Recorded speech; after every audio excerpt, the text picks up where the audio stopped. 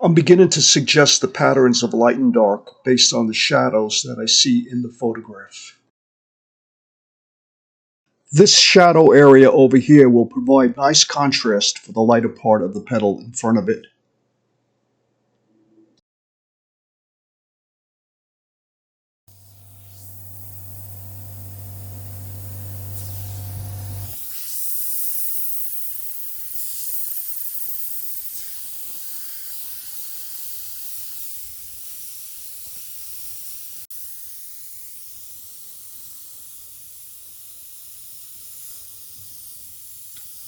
Background is totally out of focus. So you see what I'm doing with my hand, holding the airbrush far away from the surface. And I'm just working in hints of what will eventually turn into the background. Okay, there's a darker area here. My initial approach to establishing a painting is always monochromatic. And after I have the structure established, I'll analyze the photo and mix the next most dominant color that I see and work into the surface with that color. Now, of course, if this was a 4-foot canvas or even a 3-foot canvas, what you're seeing me do here would take the entire day. Now that I have much of the drawing in place and indicated some of the background, what I'd like to do is attack this central yellow part of the flower and just bring it out so I have some contrast from where it is against the petals. And I'll also add the green at this point. And what I decided to do with the center part, instead of going to the lightest yellow that I see in the photo, let's get the photo over here. I'm going to use my pre-mixed orangish color as a base color to start out with, and then I'll be able to very effectively work in the lighter yellows on top of that. It'll provide a good foundation for working in. Also, I can see how in areas like this I can begin to apply the color and work in some of the hints of the out of focus background using this orangey color. So let's put some of this color into the airbrush cup.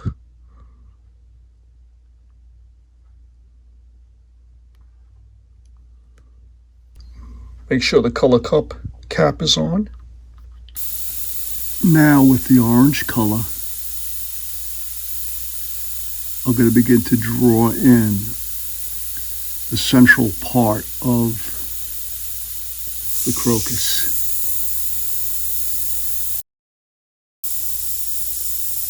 So it provides nice contrast against the mauve color of the crocus. And I'll be able to work in lighter yellows to give it definition and bring it closer to what I see in the photo.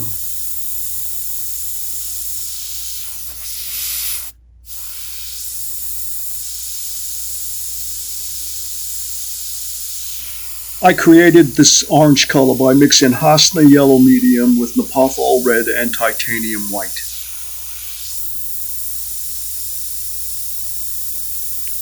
With the airbrush painting, I don't like to get paint on so heavy that it starts getting pushed around with the air.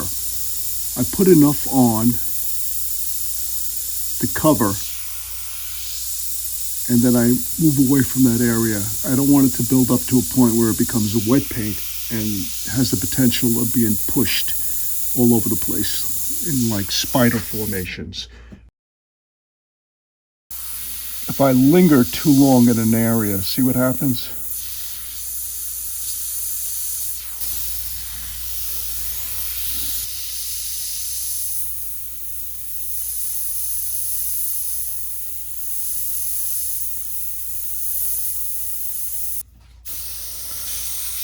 Now let's take a little of this orangey color and begin to use it in the background, because I do see it. Nice, beautiful, warm color. And what you will see, it's not happening yet, but what you'll eventually see with airbrush painting, that as you apply layer upon layer, and mist it on, the colors begin to interact and optically mix to create all kinds of secondary and tertiary colors. And I don't worry about the overspray. My approach to airbrush painting is a freehand approach. What does freehand mean? It's all freehand. I'm working with my hand, I'm holding the airbrush, and I'm painting as if I have a regular paintbrush in my hand. Freehand means I don't use masking material or frisket to establish my shapes and my edge lines. I don't need to control where the paint is going by blocking off areas that I don't want to use that color on. I actually rely on the overspray to create interesting, subtle nuances of tone that contribute to the overall painting when it's finished. And I can develop sharp edges by working the background, then moving to the foreground, and so on and so on. And by concentrating on bringing my brush close to the surface of the painting, the canvas or the paper, whatever, I can achieve a much sharper focused line or edge. Eventually, I don't want viewers to be aware of lines. I want them to simply be aware of the boundaries between shapes, the edges between shapes, where one color area butts up against another color area. Having prepared a little bit of green, I'm going to begin to paint in the leaves of the flower down here.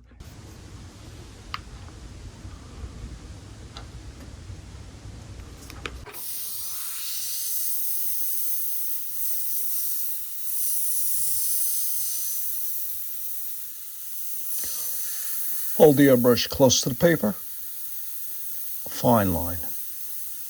Pull it back, a heavier and heavier line.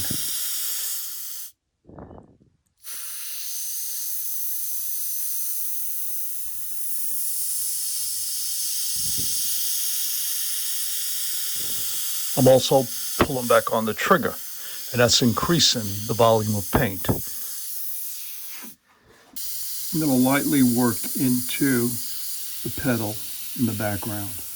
I'm not worrying about the overspray because all of that will disappear when I paint this petal in. I like the background leaf to be very soft focus. Out of focus, basically. Okay. The green I have in my airbrush has a lot more yellow in it. And I'll push it more to the blue end as I develop the image.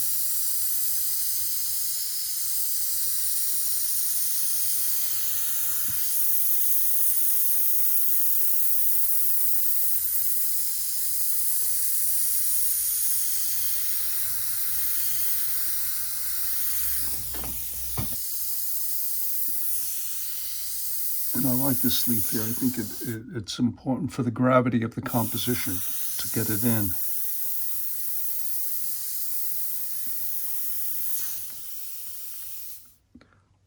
My paintbrush seems like it has a dry tip.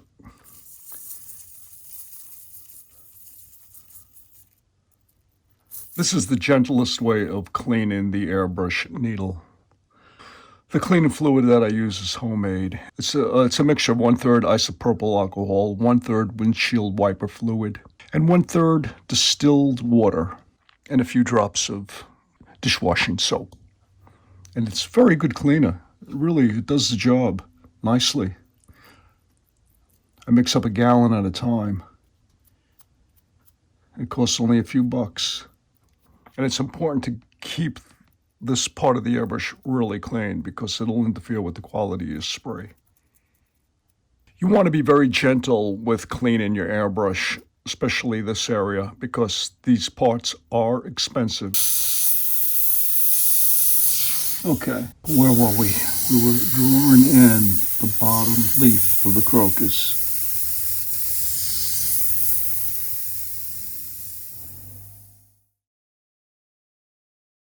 When I need to paint in detail, I bring the airbrush very close to the surface of my canvas or paper.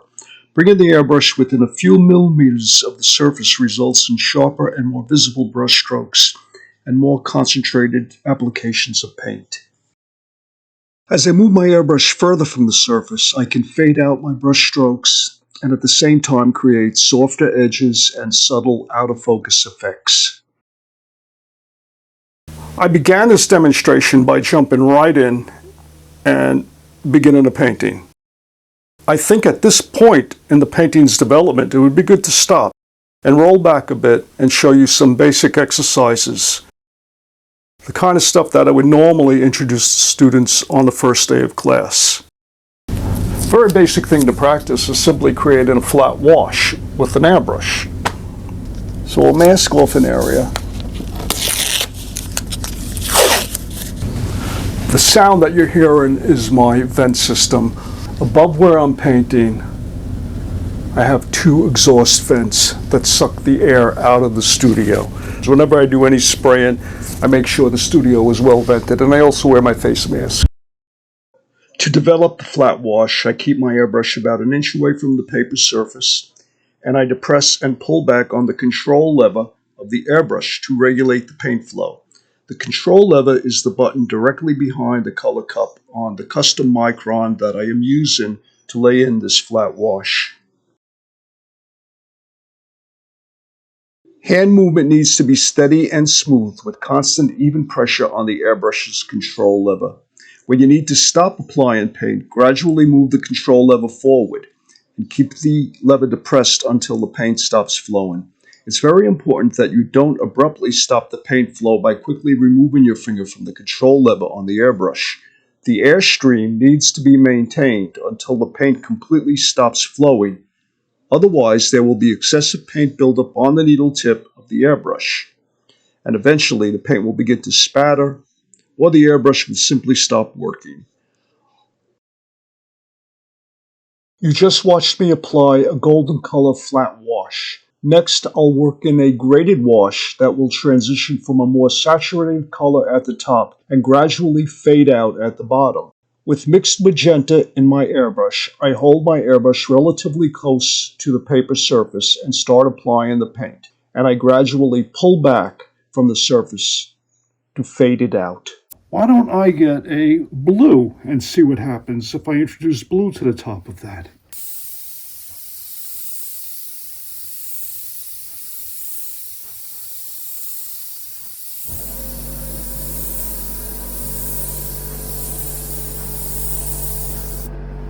I can't resist getting a piece of paper, ripping it, and putting it here and using it as a stencil to see what happens.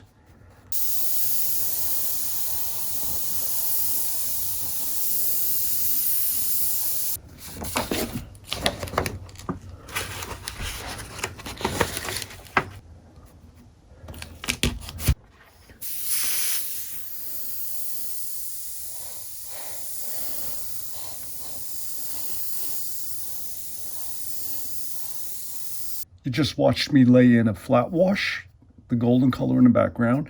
Then on top of that, I applied two graded washes. First was a magenta that I carried down, darker at the top, faded it out back to the golden color on the bottom. Then on top of that, I added a dark blue and faded that out.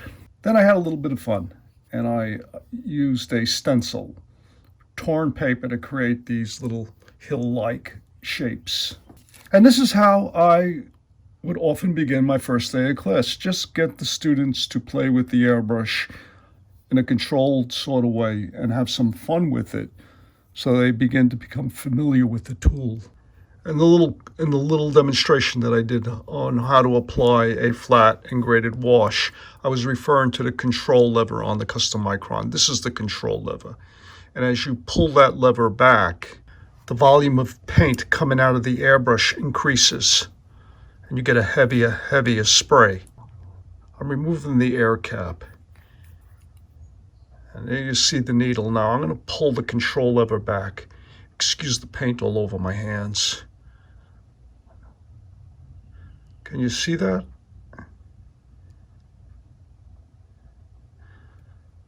The needle is forward. If I press down, I'd be getting no spray at all.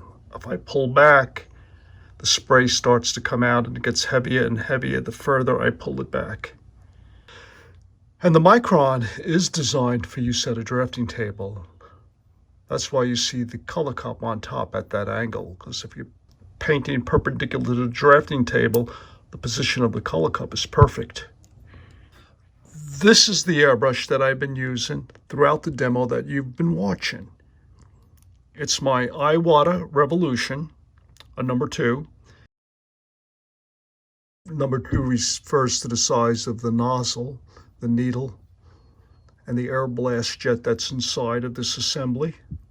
It comes in either size 1 or 2. This is the color cup that comes with the airbrush. And I filled it with water right now. To control the volume of paint coming out of it, it's trigger action. When you first pull the trigger back, although you hear the air, no paint would be coming out at this point. So with the air cap removed, you have a good view of that needle. Now, as I pull that trigger back, nothing is happening. At this point, it's traveling back and you can hear the air, but no paint would be coming out at this point. When it makes contact with the needle mechanism, suddenly you can feel a little resistance, and that's when continued pressure on the trigger will result in paint coming out. See? You can see it. Now this is just water. And the more pressure I apply to the trigger, the greater the volume of paint that would be coming out. And then as I release the pressure on the trigger and move it forward, it stops. If you're painting, pulling the trigger back, laying in color, and then you abruptly stop like that, you'll get little bits of paint built up on the needle tip that will either spatter onto your work or dry and clog the airbrush. So the airbrush is designed to allow air to continue to flow even though the paint flow has stopped. And the reason why is it will blow off any residue paint that has accumulated on that needle. Aside from showing students and having students practice a flat wash and a graded wash, another first day exercise would be to have students practice creating a straight line.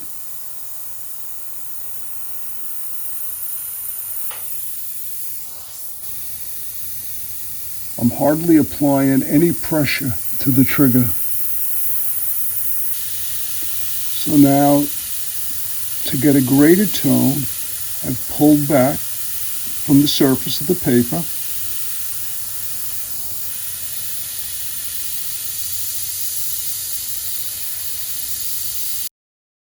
Practicing painting straight or curvilinear lines are excellent exercises.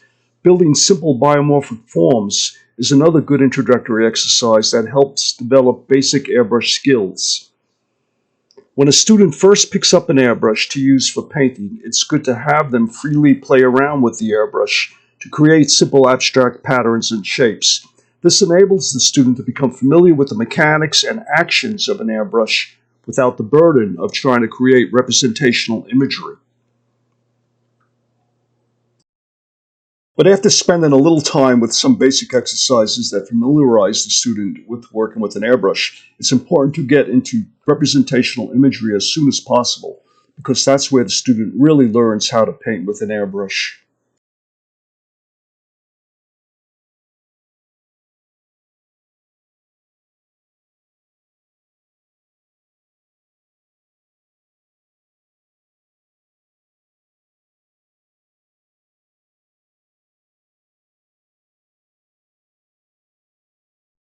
Even practicing writing your name is excellent airbrush practice.